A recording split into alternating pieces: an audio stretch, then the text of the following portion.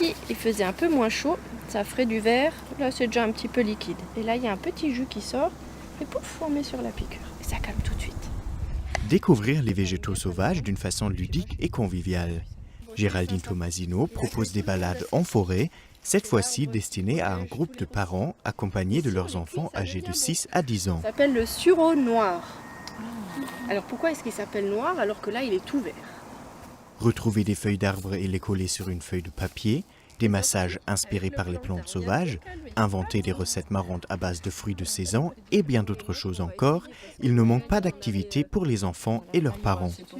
Ça fait plaisir en fait parce que ça permet de souder les liens, des liens familiaux, de faire découvrir et aux parents et aux enfants cette ouverture à la nature, c'est-à-dire de prendre le temps d'observer et de ne pas simplement marcher en forêt sans rien regarder. Les enfants font ça naturellement, ils vont aller observer les petits insectes, les mousses et tout ce qui se présente sur leur chemin, alors que les parents passent un peu plus rapidement. Donc là, le but, surtout avec les mamans et mamies qu'on a aujourd'hui, c'est de se dire, tiens, là, il y a peut-être des choses que je pourrais cuisiner, je vais aller regarder d'un peu plus près, et je vais prendre le temps, et donc pouvoir consacrer plus de temps et d'attention à mon enfant. La sortie dans la forêt de 5 Bouses dure 3 heures. Parmi toutes les activités proposées, il y en a une qui semble particulièrement plaire aux enfants. Chercher les feuilles. Quand on a cherché les feuilles. Quand on est allé chercher les feuilles, parce que j'aime bien faire ça. Parce que j'aimais bien quand on les cherchait.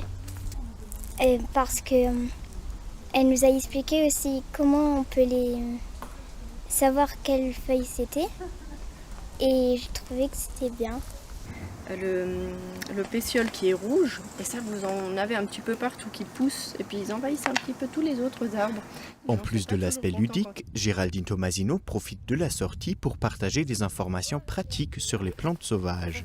Comme ça, les familles passent un après-midi convivial et actif tout en apprenant plein de nouvelles choses. Alors pour moi, l'intérêt, c'est que les gens puissent voir toute la beauté qu'il y a autour de nous, parce qu'elle est partout, on n'a pas besoin d'aller la chercher à l'autre bout du monde, et surtout en fait qu'ils aient envie de la préserver.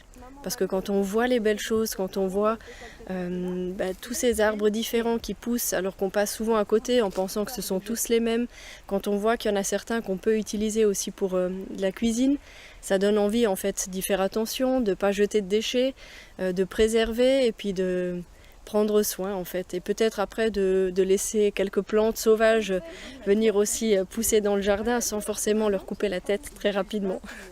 Géraldine Tomasino propose des sorties nature variées, comme par exemple des ateliers culinaires réalisés à partir de plantes sauvages comestibles, toujours avec le même but, apprendre à apprécier la beauté de la nature qui nous entoure.